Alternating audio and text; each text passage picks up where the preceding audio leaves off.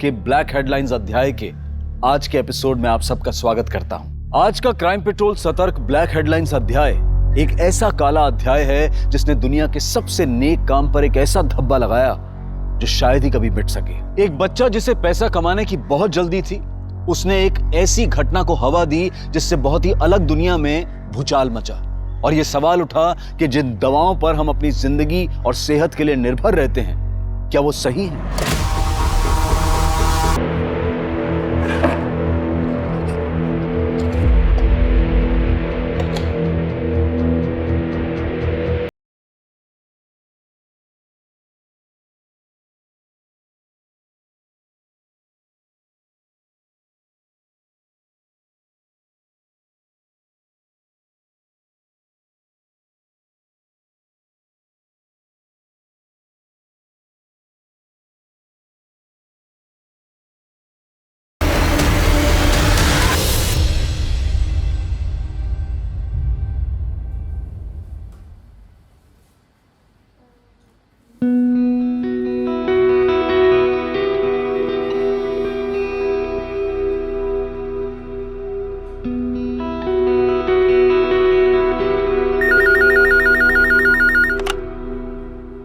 Yes sir. Okay, आप जा सकते हैं। Thank you. Excuse me ma'am, yes, ये आपके लिए। Thank you.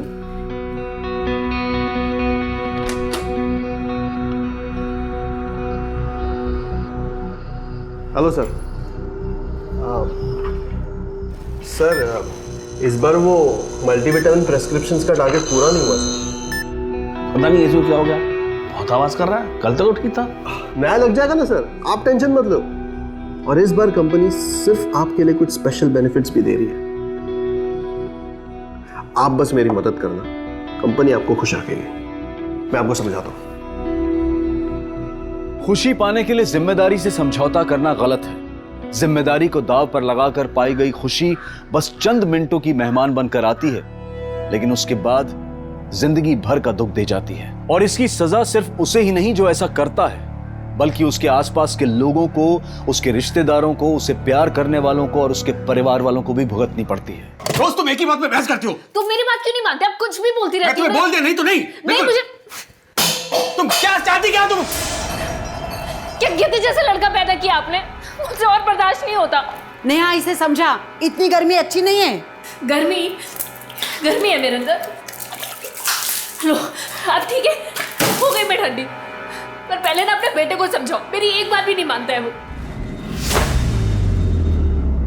सुरेश, अरे नाश्ता तो करके। सुरेश, सुरेश, एक दिन इसे छोड़ के रास्ते पे फेंक देगा ना वो, तभी पता चलेगा उसे।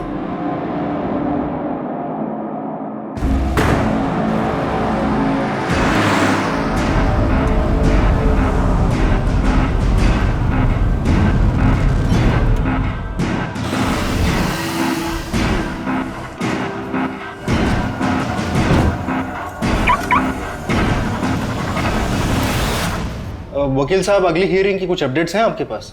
जी, ये देखिए।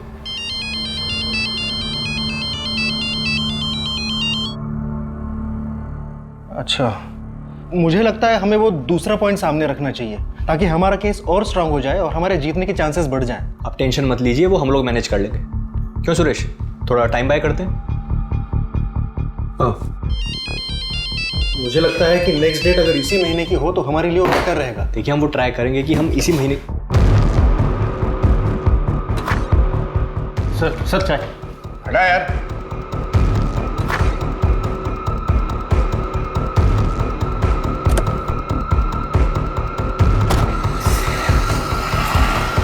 हाँ, मीटिंग से उठकर चला गया। हाँ, चला गया यहाँ से।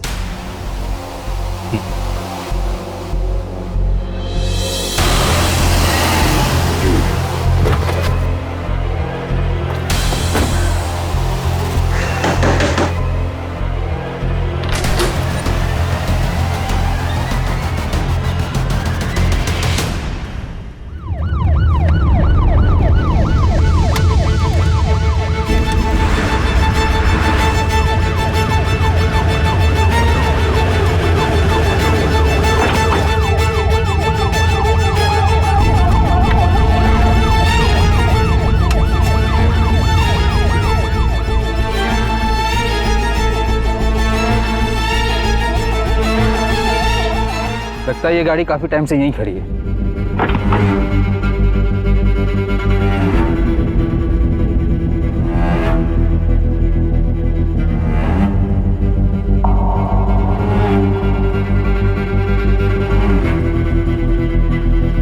कुछ मिला? नहीं सर, कुछ भी काम का नहीं है। आरटीओ से कंफर्म करो ये गाड़ी नंबर किसके नाम पर रजिस्टर्ड है। जी सर। ओके, ठीक है।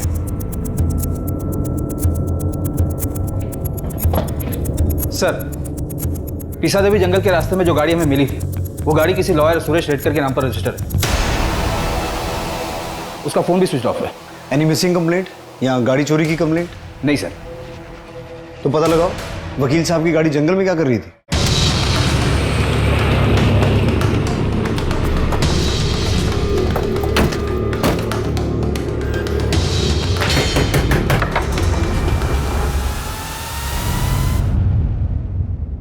मिसेस रेडकर, हो ये कौन है? वो नेहा है, मेरे बहन की बेटी है, इधर ही रहती है। सुरेश रेडकर आपका? मेरा बेटा है वो। क्या हुआ? यही तो हम आपसे पूछना चाहते हैं। शहर के बाहर उसकी गाड़ी मिली है। गाड़ी मिली है? वो तो ठीक है ना? यही तो पता करने हम यहाँ आए। वो तो 5 दिन से घर पे आया ही नहीं है, फोन भी नहीं आया उसका। मैंने सोचा काम के लिए नासिक पुणे गया होगा। 5 दिन से आपका बेटा घर नहीं आया, उसका फोन नहीं आया, ना ही आपने उसे ढूंढने की कोशिश की और ना ही उसके गायब होने के बारे में पुलिस में कोई कंप्लेन की। आपको बताकर तो जाता था ना वो। आजकल के बच्चे माँ को कहाँ कुछ बताते हैं। शादी हो गई, बगल में सुंदर सी बीवी आ गई तो माँ का क्या है। मुझे पक्का खातरी है कि उसी से परेशान होकर वो घर से गया होगा। बहुत जिम्मेदार लड़का है मेरा। मेरे पति के जाने के बाद पूरी फर्म उसने संभाली है, मेरे बेटे ने, और बिजनेस बढ़ाया है उसने सर। और एक मेरी बहू हमेशा उसका सर खाती रहती है और अपने भाइयों के पीछे घूमती रहती है घर घर घर घर। उसे तो लगता है उनके जो 2 भाई है ना उसके, उनकी शादी की जिम्मेदारी भी मेरी। हाँ समझ गए। जिस दिन सुरेश घर से गया था उस दिन भी घर पर कुछ हुआ था क्या? उस दिन तो सुबह से शुरू हो गई, वो नेहा के पीछे पड़ी थी। नेहा की माँ से बात मैं करूँ या आप करेंगे? क्यों बात करूंगा मैं? रोहित से शादी कौन करेगा? इतना गर्म दिमाग है, एक जगह नौकरी पे टिकता नहीं वो। हर 4 महीने में नई नौकरी। क्या है ये सब? ये क्या बोल रहे हैं आप? भाई है वो मेरा, बस उसका समय खराब चल रहा है अभी। नेहा से एक बार तुमने पूछा इस बारे में? नेहा से क्या पूछना, हमारे घर पे हमारी मेहरबानी पे रहती है बस वो। कर। नेहा, इसके भाई से शादी करने से तो मरना बेहतर है। रोहित तो रोहित, दिनेश भी निकम्मा है। नेहा, उसे समझा, मायके की चिंता छोड़ दे। अभी जिसके साथ घर बसाया है ना, उसकी तरफ ध्यान दे। और फिर पता नहीं किस बात पे दोनों में अंदर जोर से झगड़ा शुरू हुआ। तुम क्या चाहती क्या? तुम क्या गिद्ध जैसा लड़का पैदा किया आपने? आपकी बहू, क्या नाम है उनका? निकिता। हम उनसे भी बात करना चाहते हैं। लगता है घर पर नहीं है वो। 3 दिन से मायके में जाके बैठी है वो। इन 5 दिनों में आपको कोई फिरौती का कॉल आया था? फिरौती का कॉल? नहीं, मुझे तो नहीं आया था। आपको गुमशुदा की कंप्लेन लिखवानी है? हाँ, जरूर लिखवानी है। जिस दिन गायब हुए थे उस दिन क्या कपड़े पहने थे सुरेश ने? वो तो हमेशा, मतलब ऑफिस जाते वक्त जो पहनता है वही। ठीक है, जब निकिता आ जाए तो उन्हें पुलिस स्टेशन भेज दीजिएगा।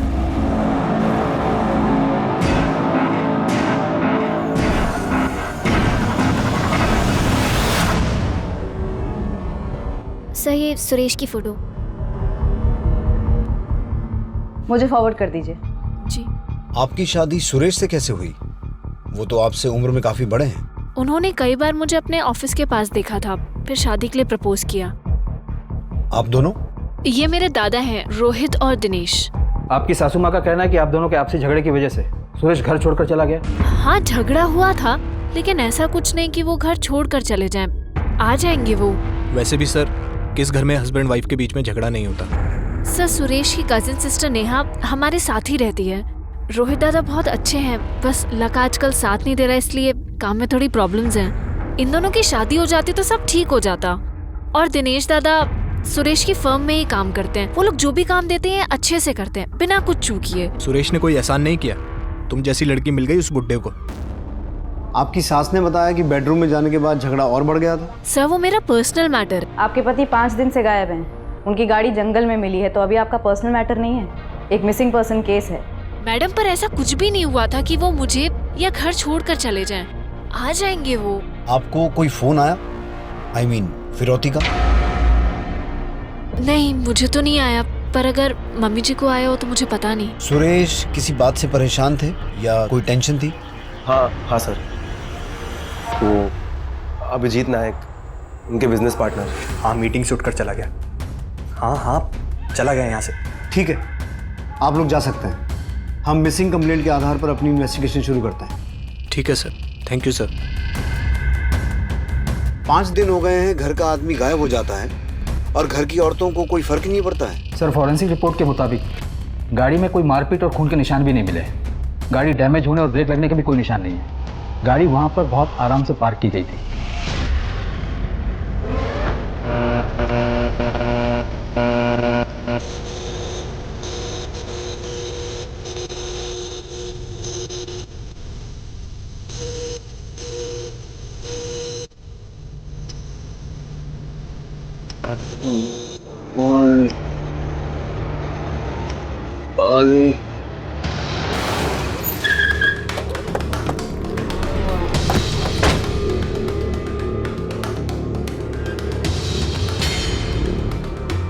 अभिजीत नायक, सर उस साइड।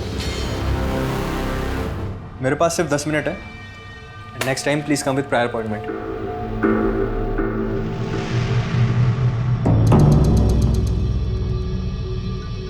मुझे नहीं पता सुरेश कहाँ है। आपने ढूंढने की कोशिश भी नहीं की? पता नहीं, पिछले कुछ महीनों से बहुत अजीब बर्ताव कर रहा था। मैंने तो उससे सवाल पूछना ही बंद कर दिया था। हमें सुरेश की गाड़ी पीसा देवी जंगल से मिली और वो पिछले 5 दिनों से गायब है। उसकी माँ और बीवी को ना तो कोई फ़ोन आया है ना ही मैसेज, और उन्होंने उसे ढूंढने की कोशिश भी नहीं की। आपने भी कोशिश नहीं की? तो आप भी कोशिश मत करो। जब कंप्लेन नहीं दी है तो केस ही नहीं बनता है ना। सुरेश की माँ और बीवी ने कंप्लेंट की है और आप हमें हमारा काम मत सिखाइए, वरना हम आपको आपका काम सिखाना शुरू करेंगे।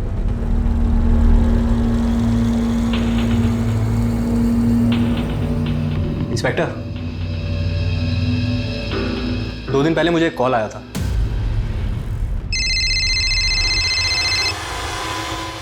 एडवोकेट अभिजीत नायक। सुरेश रेडकर हमारे पास है, जिंदा वापस आइए तो 25 लाख तैयार रखना।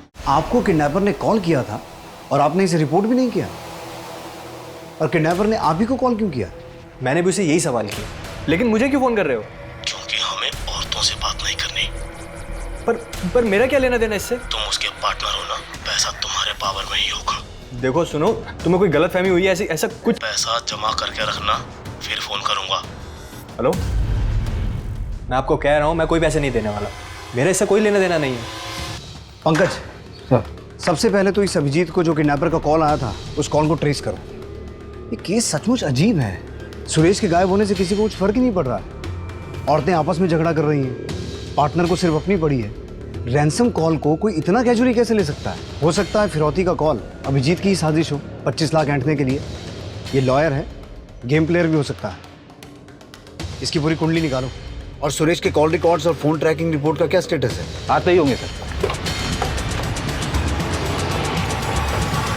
रिश्ते कभी एक दूसरे के लिए जान देने वाले तो कभी एक दूसरे की जान लेने वाले। सुरेश के रिश्ते बहुत अजीब थे। उसकी मां और उसकी बीवी ने अपने आपसी तनाव की वजह से सुरेश के गायब होने के 5 दिन बाद तक ना तो उसकी कोई पुलिस कंप्लेंट की और ना ही उसे ढूंढने की कोशिश की, और उसके पार्टनर ने भी यही किया। लेकिन क्यों? क्या सुरेश उन्हें अपनी जिंदगी में नहीं चाहिए था, या फिर सुरेश इन लोगों से इतना उकता गया था, परेशान हो गया था कि वो खुद इनसे दूर चला गया?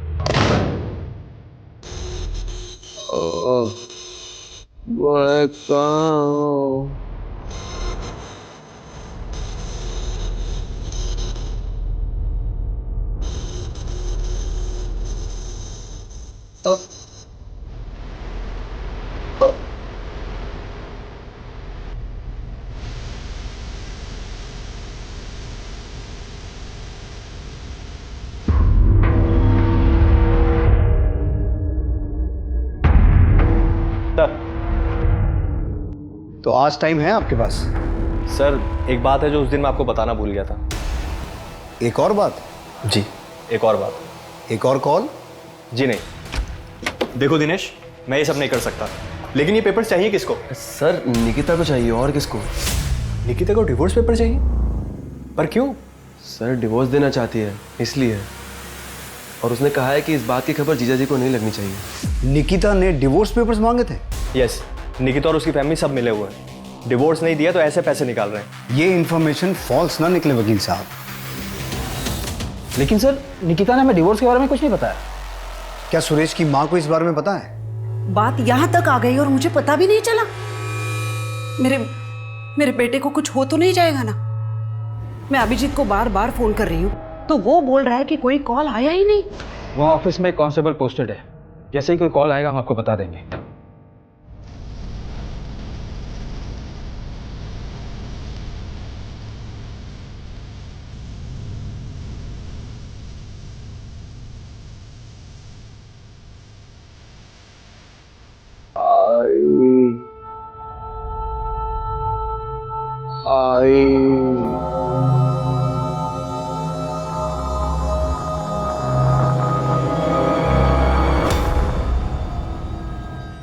रोहित, दिनेश, ये तुम सबका प्लान है ना? कैसा प्लान? तुम अच्छी तरह से जानती हो निकिता। तुम हमेशा निकिता से अपनी मांग पूरी करवाते थे। नहीं सर, मेरी जॉब छूट गई थी, थोड़ी तंगी थी, तो सुरेश ने थोड़ी मदद की। मैं जॉब ढूंढ रहा था सर। मगर जब सुरेश ने और पैसा देने से इनकार किया तो तुमने उसे डिवोर्स की धमकी दी। लेकिन मैं उसे डिवोर्स नहीं लेना चाहती थी। और वो फिर भी नहीं माना तो तुमने उसे किडनैप करवाया, राइट? ऐसा कुछ नहीं है सर, हमने कुछ नहीं किया है। ये आइडिया तुम्हारा था या फैमिली के दबाव में आके किया? ये सब तेरी गलती है। भैया अभी इसे बोल के क्या फायदा, आगे का सोचो।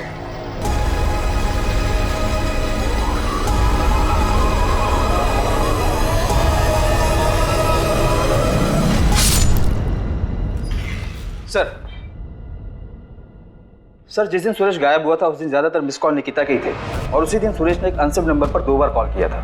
मैंने पता किया, वो नंबर किसी नारायण भाई महाराज का है। उनका अपना एक बंगला है जहाँ पर वो प्रार्थना और मेडिटेशन करवाते हैं, और लोकेशन भी दिखा रहा है कि सुरेश उसी एरिया में था। सर, ये देखिए सर, सोशल मीडिया से मिला। बुला लो इसे। बुलाया है, आज आउट ऑफ टाउन है, कल आएगा। ये खेल कुछ समझ में नहीं आ रहा है। सुरेश की माँ लता को कुछ पता ही नहीं है। वो सिर्फ सुरेश की बीवी निकिता पे इल्जाम लगा रही है। निकिता के बारे में अभी बहुत कुछ पता चलना बाकी है। और ये अभिजीत, ये तो मुझे शुरू से ही गेम प्लेयर लग रहा है। पंकज, तुम इस बाबा के बारे में पता करो। दीपा, तुम और मैं चल के जरा निकिता से बात करते हैं। नेहा, कुल मिला के कितने जमा हुए हैं? सब मिला के कुछ 8-9 लाख हुए होंगे।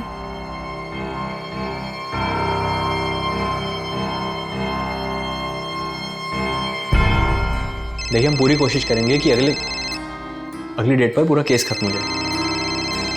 एक सेकंड। हेलो। हेलो अभिजीत, मैं सुरेश की माँ बोल रही हूँ। जी माँ जी, बोलिए, कैसे फ़ोन किया? फिर से किसी का फ़ोन आया था क्या? मतलब वो किडनैपर्स का? नहीं माँ जी, अभी कोई कॉल नहीं आया, और आता है तो मैं सबसे पहले आपको बताता हूँ, ठीक है? लेकिन उसके लिए कॉल भी तो आना चाहिए ना। अब मैं चाहूँ, एक मीटिंग में बैठा हूँ ज़रा। अभिजीत, और एक बात करनी है मुझे। वो मैंने पैसों के बारे में बोला था, उसका इंतज़ाम हो गया? माँ जी, पैसे हैं, ऐसा नहीं है कि सोचा और सामने प्रकट हो गए, और मैं अरेंजमेंट कर रहा हूँ। लेकिन देखिए, बुरा मत मानिए, Suresh as a partner company में कम ही काम करता था। सारी मीटिंग्स, कोर्ट केसेस मैं ही हैंडल करता था। उसकी वजह से बिजनेस में पैसे कम आते थे। उतना मैं दे दूंगा, मगर आप मेरे भरोसे मत रहिए। लेकिन बेटा, फर्म तो सुरेश का ही है ना? जी माँ जी, सब आप ही का है, लेकिन अकाउंट में पैसे भी तो होने चाहिए ना। मैं देखता हूँ, अभी मीटिंग में हूँ, बाद में कॉल करता हूँ। सुनो अभिजीत, ऐसे कैसे तुम? हेलो,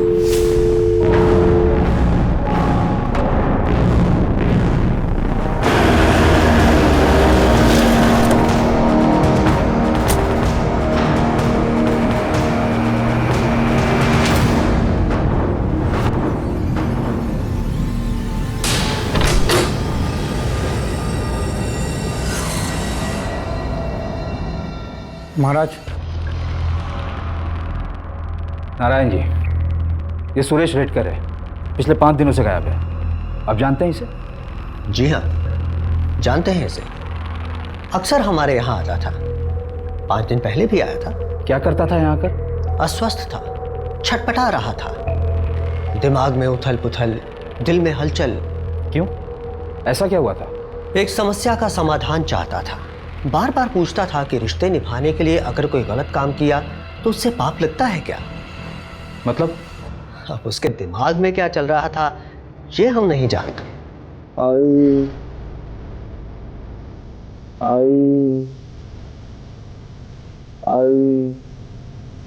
सोचा बेटा, आराम से सोचा। मुझे माफ करना पूरब दिशा, रिश्ता निभाना पूरब दिशा।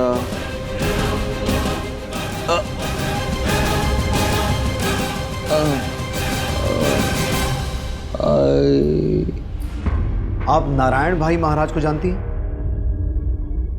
जी नहीं। आपका पति तो बार बार उनसे पूछता था कि रिश्ता निभाने के लिए अगर कुछ गलत किया तो उससे पाप लगता है या नहीं। इसका क्या मतलब है? कुछ समझा सकती हैं आप? मुझे नहीं पता। सबसे ज्यादा रिश्ता तो आपके परिवार से निभाने की कोशिश कर रहा था वो। क्यों? इसके बारे में तो मालूम होगा तुम्हें। हमारे बीच ऐसा कुछ नहीं था, हम बस थोड़े टाइम के लिए साथ थे। लेकिन इसे देखकर ऐसा लग तो नहीं रहा।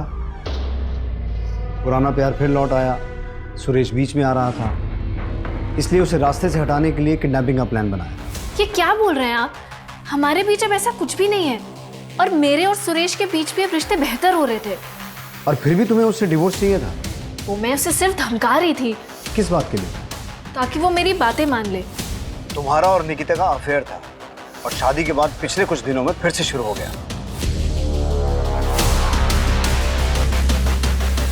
तुमने सोचा इस सब को ठीक करने का एक ही रास्ता है, सुरेश को रास्ते से हटाना। पहले एविडेंस लेकर आओ और फिर मैं मेरा जवाब दूंगा। यहाँ कोर्ट के बाहर नहीं, कोर्ट के अंदर। मैं निकिता से मिलता हूँ, लेकिन मेरी भी अब शादी हो चुकी है। And my wife is beautiful then Nikita. देखो अभिजीत, बस मेरे लिए ये काम कर दो, उसके बाद मैं तुमसे और कोई काम नहीं बोलूंगी। निकिता, इस फर्म में ऐसे टेढ़े काम नहीं हो सकते। और वैसे भी ये फर्म तुम्हारे महान ससुर और पति के आदर्शों पर चलता है, मेरे नहीं। अभिजीत, तुम इतना नहीं कर सकते मेरे लिए। उसने बोला है वो करेगा काम। कब? कितनी जल्दी है तुम्हें? एक काम बोला था, इतने महीने हो गए। साइड में रुको, उतरना है मुझे।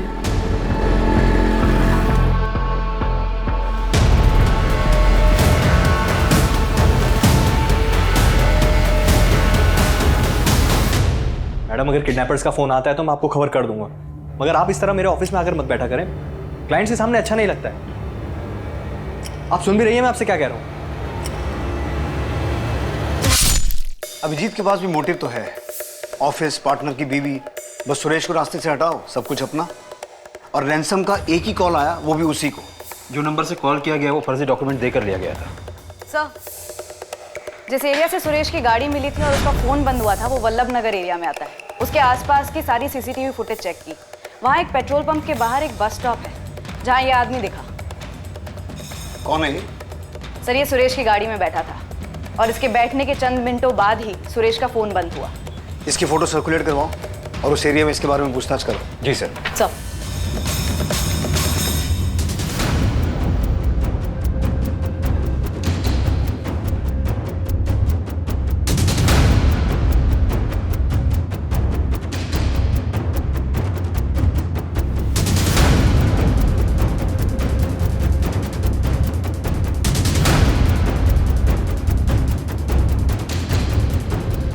पुलिस ने उस अनजान आदमी को ढूंढने में पूरी ताकत लगा दी, लेकिन उस वक्त तक जिन पर भी पुलिस को शक था उनके खिलाफ पुलिस को कोई पुख्ता सबूत नहीं मिले थे, और उन्होंने भी उस अनजान आदमी को नहीं पहचाना, या शायद जानबूझकर पहचानने से इनकार कर दिया। पुलिस को कोई रास्ता नजर नहीं आ रहा था, और 3 दिन बाद ही पुलिस के हाथ एक ऐसा सुराग लगा जिसने इस केस को अचानक एक पेचीदा रुख दे दिया।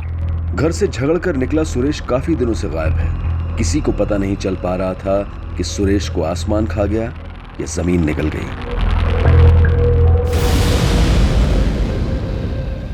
इस आदमी को देखा है? ये आपके लिए। Thank you. कंपनी आपको खुश रखेगी। ये तो मेडिकल रिप्रेजेंटेटिव है, यहाँ आता रहता है। Medical representative? जी सर, यश नाम है उसका। उसका वही वर्किंग एरिया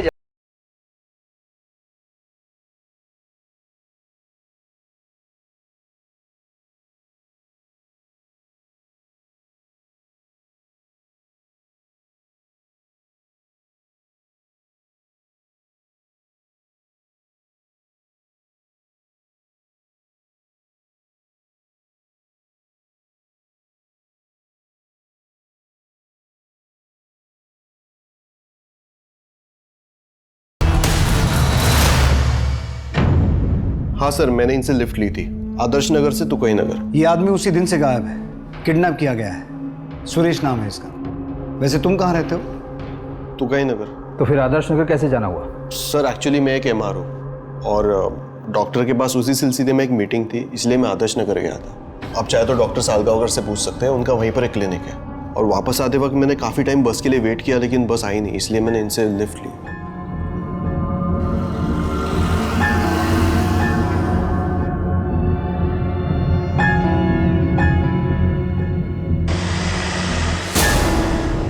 और जैसे ही तुकाई नगर आया मैं गाड़ी से उतर गया।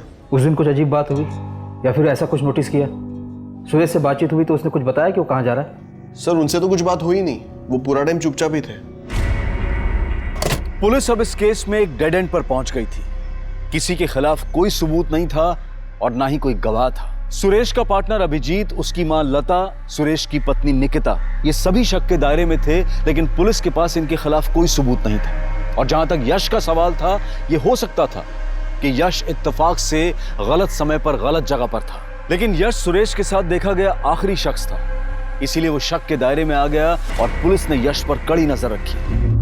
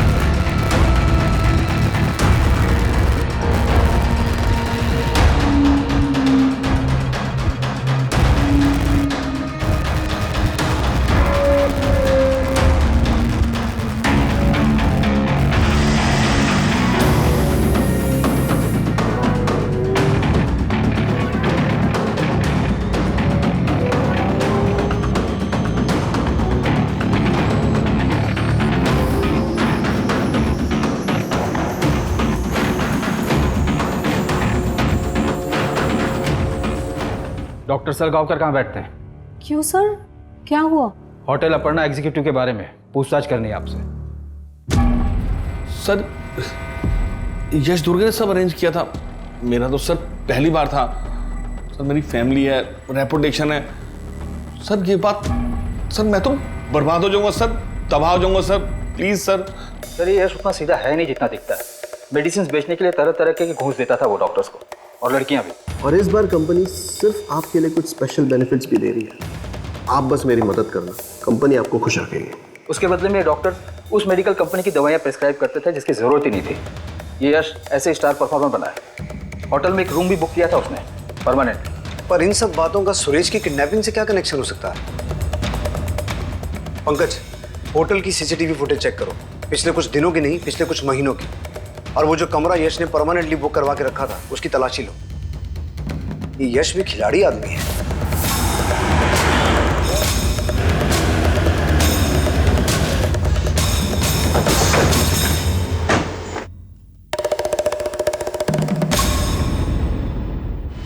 ये लड़का यहाँ आता था?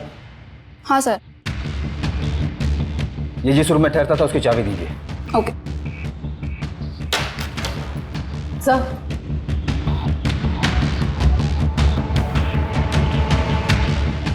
ये सीसीटीवी काम करता है? हाँ सर। इसकी फुटेज चाहिए हमें।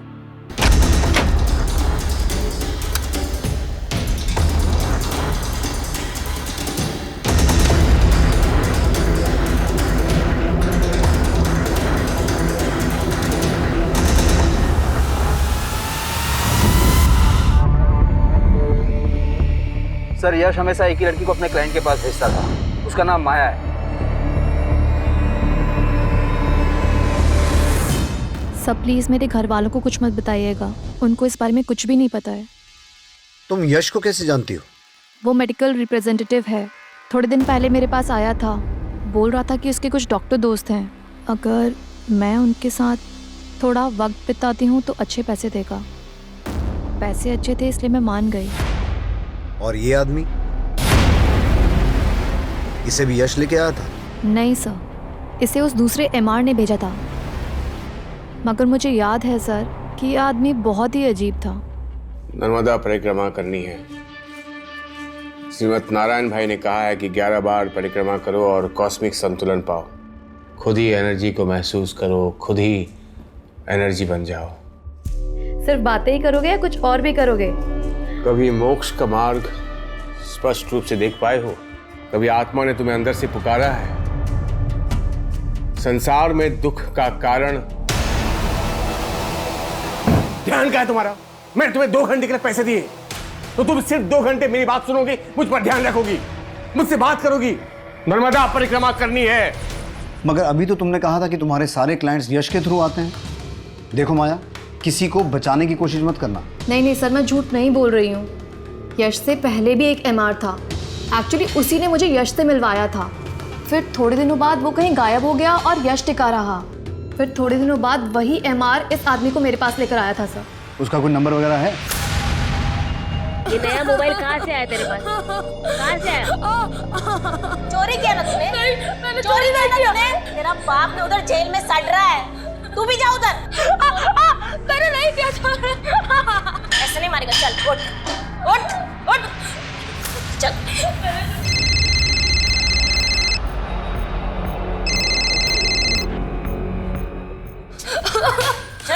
चल बता बता सर। आप मारिए मत उससे। सब ये मोबाइल पूछे इसे कहाँ से आया? इतना मेहनत करके ना इसको पाला बड़ा किया, हा? और ये बाप की तरह चोरी कर रहा है। अच्छा बेटा, नाम क्या है तुम्हारा? आयुष। अच्छा ये बताओ, ये मोबाइल कहाँ से उठाया तुमने? चोरी की क्या? साहब मैंने चोरी नहीं की, मैं सच बोल रहा हूँ। मैंने वो खुद के पैसों से खरीदा है।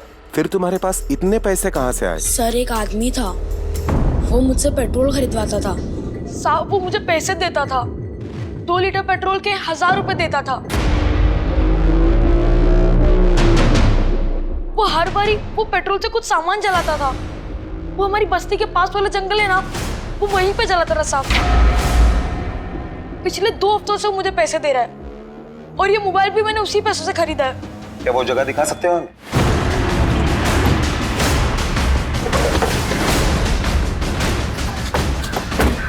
कहाँ पे बेटा? वहाँ पर।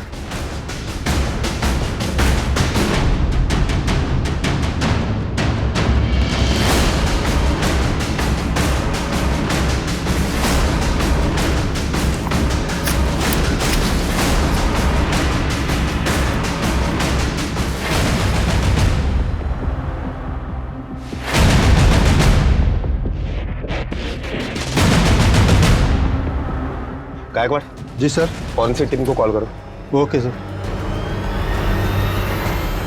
अभिजीत तुम्हें इतने कॉल्स कर रही हूँ, इतने मैसेजेस कर रही हूँ, एक का भी रिप्लाई नहीं। तुम जो बोल रही हो वो नहीं हो सकता। मुझे इन सबसे दूर रखो प्लीज। पर अब प्रॉब्लम क्या है? प्रॉब्लम ये है कि मुझे नहीं करना ये सब कुछ। पर तुम तो मान गए थे ना, अब क्या अचानक से? मेरा मन बदल गया है, मुझे वो सब नहीं करना है। प्लीज तुम हटो यहाँ से, हट जाओ यहाँ से। अभिजीत मेरी बात नहीं सुननी मुझे। अभिजीत वो आदमी दिखते कैसे था बता सकते हो? कितनी बार मिले हो तुम उससे? 10-12 बार।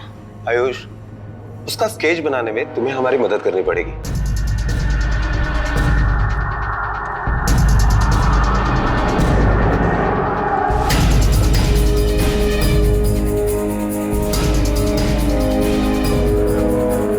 सर, क्रांति चौक पुलिस स्टेशन में एक केस की तहकीकात में इस आदमी का स्केच बना है।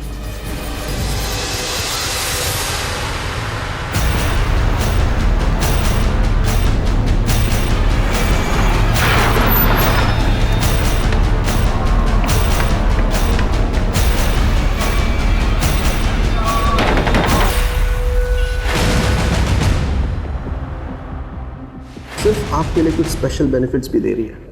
आप बस मेरी मदद करना, कंपनी आपको खुश रखेगी। सर एक्चुअली मैं एक MR हूँ।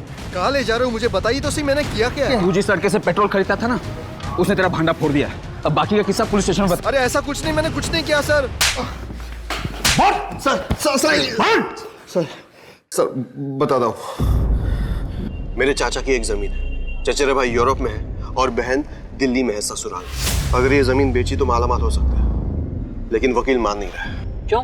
अरे डॉक्यूमेंट्स पे बाकी सबका नाम हटाकर सिर्फ मेरा नाम रखने के बहुत सारे पैसे मांग रहे हैं। तेरा ये काम मैं करा देता हूँ, लेकिन 10% लगेगा।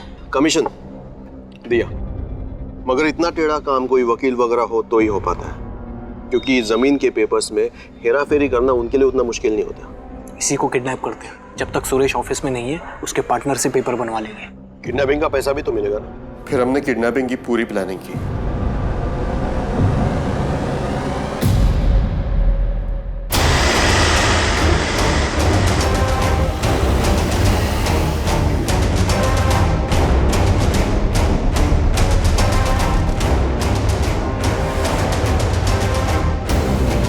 सुरेश, सुरेश,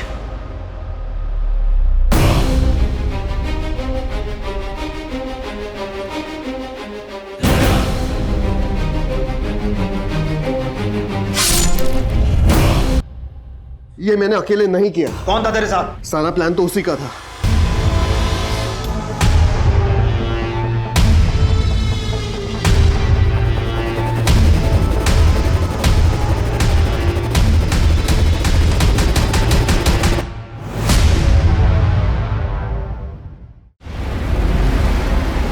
हाँ सर, मैं रोहित की बीवी थी, लेकिन पिछले ही साल हमारा डिवोर्स हुआ है। अब मेरा रोहित और उसकी फैमिली से कोई लेना देना नहीं है सर। ऐसा क्या हुआ था? बताने में भी शर्म आती है। रोहित आज अचानक होटल में लाने का क्या? अच्छा सुनो, तुम यहाँ 2 मिनट आराम से बैठो, मैं रिसेप्शन से होके आता हूँ बस, ठीक है? हाँ लेकिन तुम बताओ।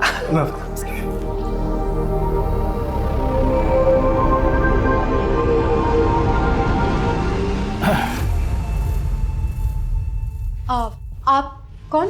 अरे आप तो यूं ही शर्मा रही हैं। आप नजदीक मत आओ। अरे आप तो खामखा घबराती। क्या बदतमीजी है? रोहित, रोहित, रोहित, अरे रोहित, तुमने इसे बताया नहीं क्या?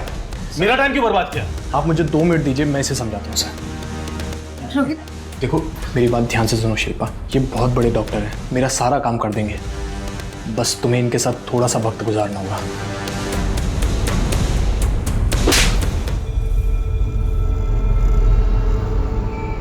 और उसके बाद मैंने उससे सारे रिश्ते तोड़ दिए।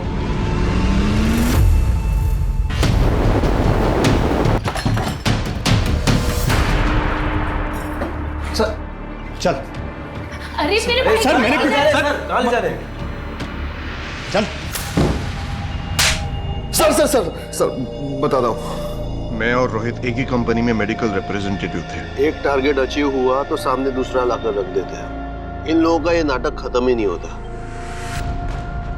सच बोल रहा हूँ यार, ये टेंशन अब झेला नहीं जाता। जॉब है तो टेंशन है, नहीं है तो डबल टेंशन है। मेरे पास तो बिल्कुल पैसे नहीं है। निकिता के ससुराल से जो आता है उससे महीने का खर्च चलता है, लेकिन सुरेश और उसकी माँ दोनों बहुत खड़ूस हैं। ऊपर से डिवोर्स में बीवी को पैसे देने पड़ते हैं। कैसे जीऊंगा यार? मुझे पैसे चाहिए किसी भी हालात में। तेरी बीवी ने तुझसे डिवोर्स मांगा और सुरेश के पिता ने डिवोर्स दिलवाने में तेरी बीवी की मदद की। ये बात तेरे दिमाग में बैठ गई। तू मौका ढूंढ रहा था और इसी वजह से तूने सुरेश को अगवा किया। सर हम दोनों बहुत बड़ी प्रॉब्लम में थे। हम दोनों को पैसे की सख्त ज़रूरत थी और मेरी तो जॉब भी नहीं थी सर। मेरा रिकॉर्ड ख़राब होने की वजह से कहीं लग भी नहीं रही थी।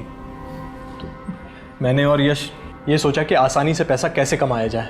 मेरे चाचा की एक जमीन है, चचेरे भाई यूरोप में है और बहन दिल्ली में है ससुराल में। तो अगर ये जमीन बेची तो मालामाल हो सकते हैं, लेकिन वकील मान नहीं रहा है।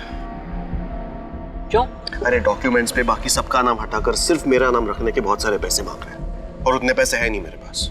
तेरा ये काम मैं करा देता हूँ, लेकिन 10% लगेगा। कमीशन दिया, मगर इतना टेढ़ा काम कोई वकील वगैरह हो तो ही हो पाता है, क्योंकि जमीन के पेपर्स में हेरा फेरी करना उनके लिए उतना मुश्किल नहीं होता। मैं जरूर कुछ कर सकता हूँ, बस ये डॉक्यूमेंट वाला काम हो जाने दें। अरे ये काम हो गया ना तो जिंदगी भर जॉब करने की भी जरूरत नहीं है। सर मुझे पता था सुरेश एक अच्छा वकील था, वो हमारी मदद जरूर करता। रोहित ये फ्रॉड है। मैं और मेरी फर्म ऐसे काम नहीं करते। नहीं, दूसरे की प्रॉपर्टी हड़पना चाहते हो तुम? शर्म नहीं आती तुम्हें? नहीं, तुम्हारी करतूतें मैंने निकिता को बता दी तो क्या सोचेगी? लेकिन सुरेश, हेलो हेलो, बस सुरेश को मना ले के पेपर्स तैयार कर दे। भाई के लिए इतना तो करेगी ना निकिता? हाँ ठीक है, मैं बात करके देखती हूँ। मैं तुम्हें 1000 बार कह चुका हूं ये सब फ्रॉड है। तुम्हारा भाई लालच में अंधा हो चुका है। मगर आप उसके लिए इतना कर देंगे तो इसमें आपको क्या नुकसान हो जाएगा? ऊपर से उसका भला हो जाएगा ना। तुम्हारा और तुम्हारा भाइयों का दिमाग ठिकाने में नहीं है। पागल हो गए तुम लोग। मैं ये काम हरगिज नहीं करूंगा, हरगिज नहीं। ठीक है, अगर आप इतना सा काम नहीं कर सकते ना मेरे लिए तो एक काम करिए, मुझे डिवोर्स दे दीजिए। इसी को किडनैप करते हैं। जब तक सुरेश ऑफिस में नहीं है उसके पार्टनर से पेपर बनवा लेंगे। किडनैपिंग का पैसा भी तो मिलेगा ना? हाँ। कैसे करेंगे? हमने किडनैपिंग की पूरी प्लानिंग की और फिर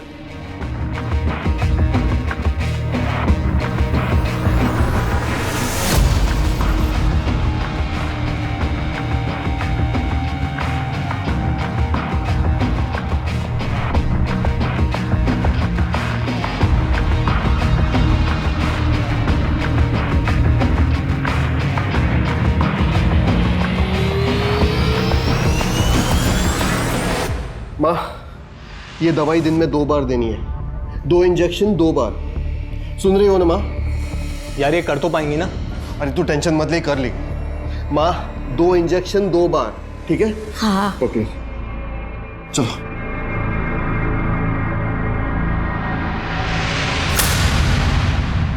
निकिता, हाँ? जब तक सुरेश नहीं है तू अभिजीत से बात कर।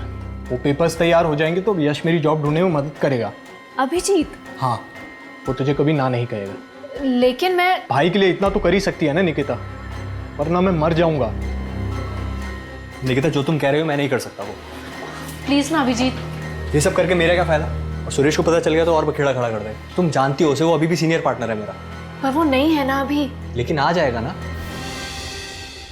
हमें फिरौती के पैसों की पूरी उम्मीद थी, मगर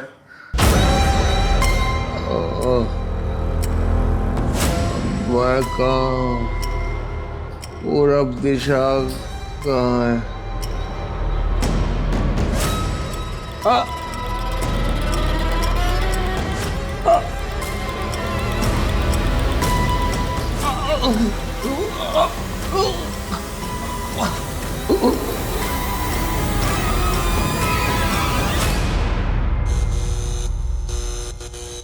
सुरेश, सुरेश शायद ड्रग ओवरडोज हो गया।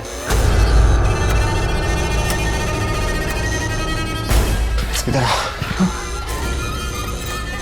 बॉडी को कुछ करना पड़ेगा। क्या करेंगे? काट के जला देते हैं। क्या?